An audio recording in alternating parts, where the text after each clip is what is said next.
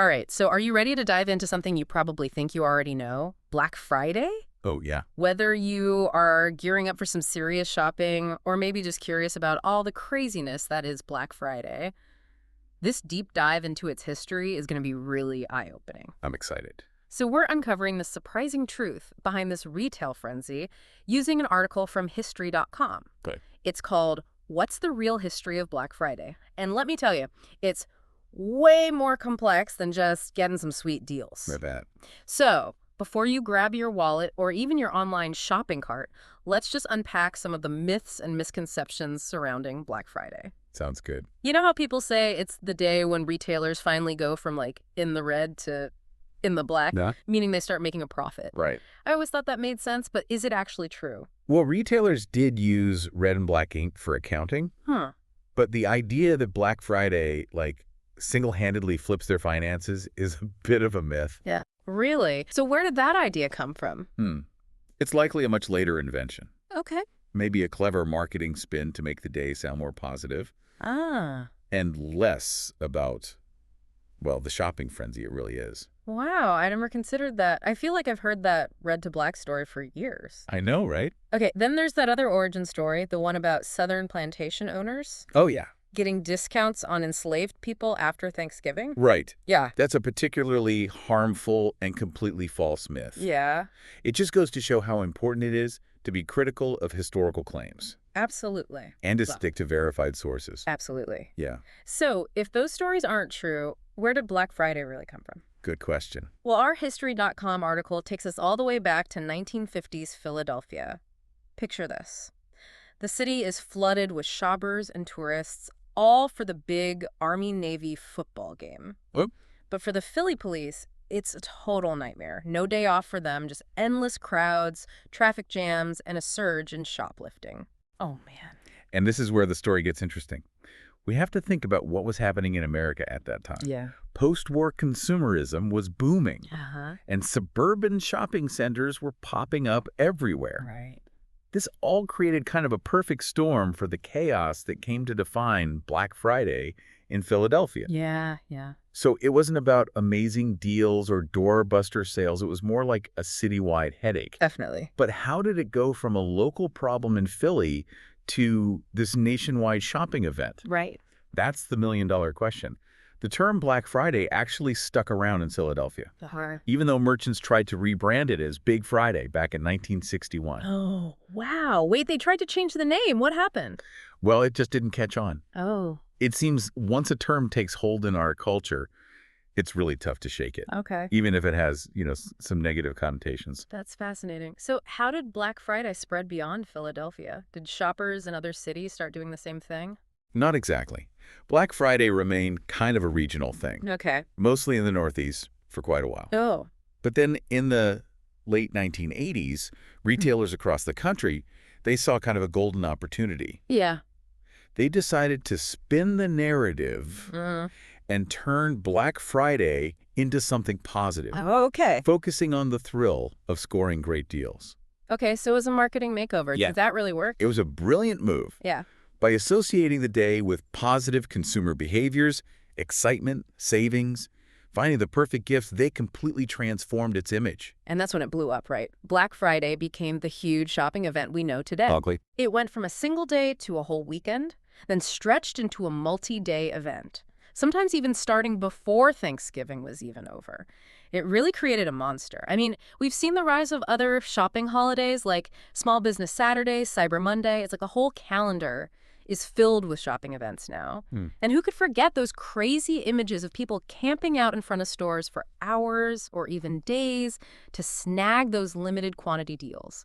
What drives people to that level of intensity? Well, it's a combination of factors. Yeah. But one thing is for sure. Our relationship with consumerism and technology has drastically changed, and Black Friday reflects that. Just think about Cyber Monday. That's entirely a product of the digital age. That's true. But let's be real, there's also a darker side to this whole Black Friday frenzy, right? Absolutely. While everyone loves a good deal, Right. we can't ignore the intense competition. Yeah. The aggressive behavior, and sadly, even the injuries that have happened on Black Friday. It's crazy how intense it can get. Our History.com article mentions some shocking incidents. A Utah mall overwhelmed by 15,000 shoppers back in 2008. Fights breaking out at a Virginia Best Buy. People getting hurt in a stampede for prize balloons in California. It Yeah. really makes you wonder what's going on in people's minds when they get caught up in that kind of frenzy. Well, there are a lot of psychological factors at play. Group dynamics, the scarcity principle, the emotional triggers of deals.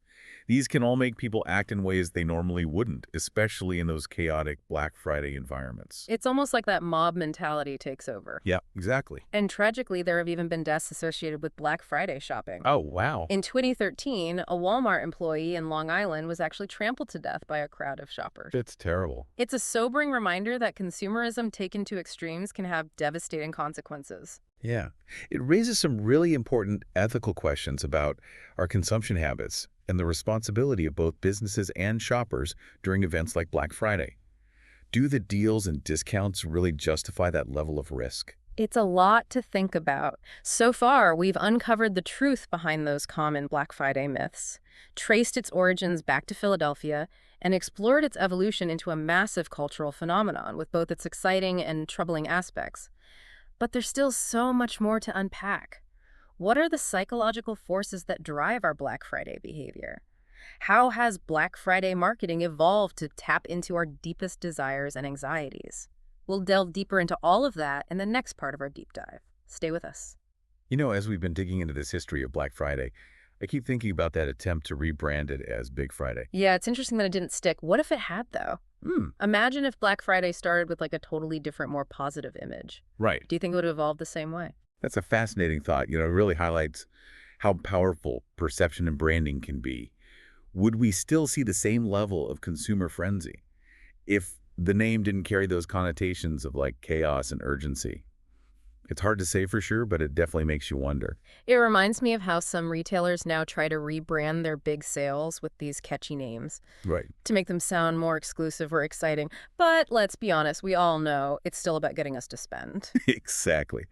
And that brings us to another key piece of the Black Friday puzzle: marketing and consumer psychology. Over the years, retailers have become masters at tapping into our desires and anxieties, especially around the holidays. Oh, absolutely. I've definitely fallen victim to those like limited time offer traps Uh-huh. and doorbuster deal frenzies. Yeah.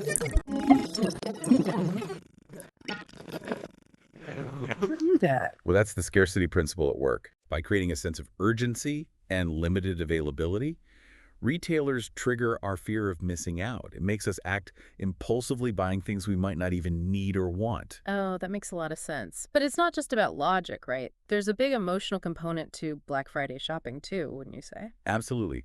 Think about how Black Friday is often tied to our ideas of like a perfect holiday season. Finding those ideal gifts, creating happy memories for our loved ones, those emotions play a huge role. It's true. Those heartwarming Black Friday ads with families gathered around the tree exchanging gifts, it definitely tugs at your heartstrings. And retailers know that. They're selling us an experience, a feeling, not just a product. So it's more than just a shopping day. It's become like a cultural phenomenon, almost like a tradition. Exactly. And like any tradition, it comes with its own set of beliefs and behaviors. You see this in the shoppers who meticulously plan their Black Friday strategy, Right. the ones who camp out in front of stores or even treat it like a competitive sport. It's funny, some people really get into that competitive aspect, like it's a badge of honor to snag the best deal Yeah. or get the last of something everyone wants. Yeah, it taps into our primal instincts, Yeah. the thrill of the hunt, the desire to win. And on Black Friday, the prize isn't just a good deal. It's a sense of social status and validation. I guess it makes sense. There's definitely like a bragging rights element to Black Friday shopping. Oh, sure. Look what I got for this amazing price. It's like a whole social currency. And that feeds back into the cycle of hype and consumerism. The more we buy into the idea that Black Friday is the ultimate shopping battleground, the more intense the competition becomes and the more retailers benefit.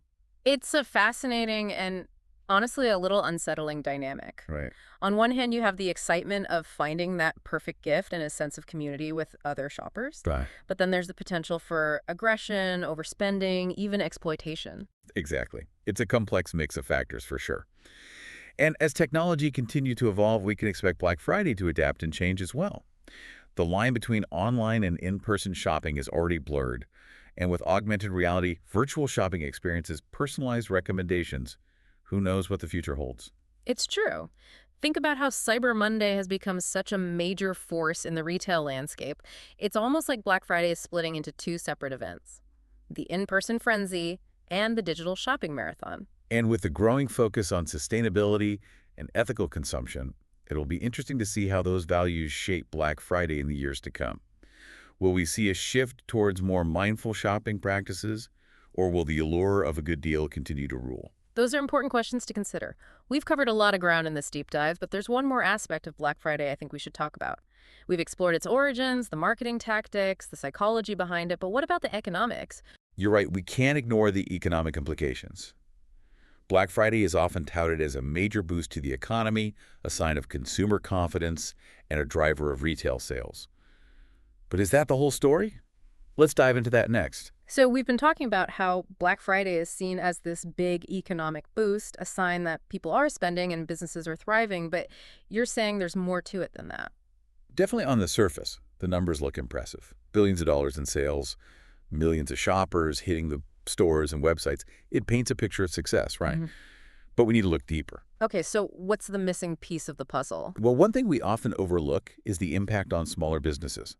While the big box stores and online giants are raking in huge profits on Black Friday, Yeah. those smaller local shops often struggle to keep up. Yeah, I can see that. It's hard for them to compete with those deep discounts and massive marketing campaigns. Exactly. And that can lead to what we call a displacement effect. Shoppers, drawn in by those big slashy deals, end up shifting their spending away from smaller businesses. And that can hurt local economies in the long run. It's almost like this giant black hole sucking all the business towards the biggest players, leaving the little guys behind.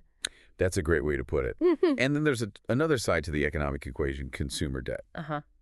While Black Friday is all about saving money, Yeah. it can also tempt people to overspend, racking up credit card bills that they'll be paying off for months, maybe even years. Yeah, that January credit card statement can be a rude awakening. It is. Those amazing deals don't feel so amazing when you're still paying them off months later. It's a good reminder that those supposed savings can come at a cost, Yeah. both financially and mentally. Right. And for some people, the pressure to participate in Black Friday to keep up with everyone else's spending can actually add to their financial stress. Yeah. It's like there's this unspoken social pressure to buy, even if you don't need anything or can't really afford it. Precisely. Yeah. And that brings us to another crucial point, the environmental impact. All those products being manufactured, shipped, packaged, and often discarded not long after the holidays. Yeah. It puts a huge strain on resources and contributes to waste and pollution. Yeah, it's kind of ironic that a day focused on acquiring stuff ends up generating so much waste. It really highlights the need to think about the sustainability of our consumption habits, not just on Black Friday, but year-round. Right. Do we really need all this stuff? Right. What are the long-term consequences of this constant desire for more? That's a question we should all be asking ourselves. So as we wrap up this deep dive into the history of Black Friday, what's the key takeaway you hope listeners will remember? I think the most important thing to remember is that Black Friday is more than just a shopping day.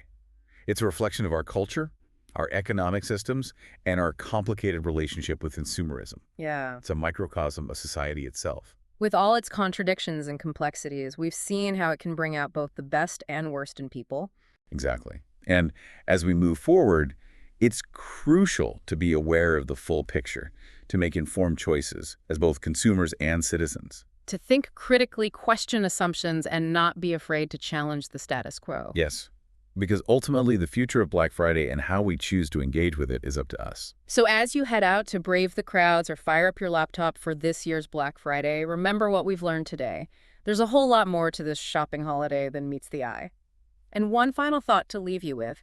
Think about how your own choices, how you choose to participate in Black Friday or opt out of it, fits into this bigger picture. What does it say about our values, our priorities, and the kind of world we want to create?